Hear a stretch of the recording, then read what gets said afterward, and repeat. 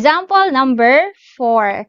85 minus 20 times 5 divided by 4. Again, i-apply natin ang GEMDAS rule. Mauuna yung G, which is groupings. Ang palatandaan natin dito, dapat makita natin ang parenthesis, bracket, at saka ang braces. Next, M is multiply, D divide, A add, S subtract. Kung makikita natin ang math expression natin, wala tayong nakikitang parenthesis, bracket, or braces. Kaya proceed tayo sa M, multiply. Okay? So, meron tayong multiply dito, which is 20 times 5. So, yun yung unahin natin. Okay? I-multiply natin ang 20 and 5. So, we have 85 minus 20 times 5 is 100.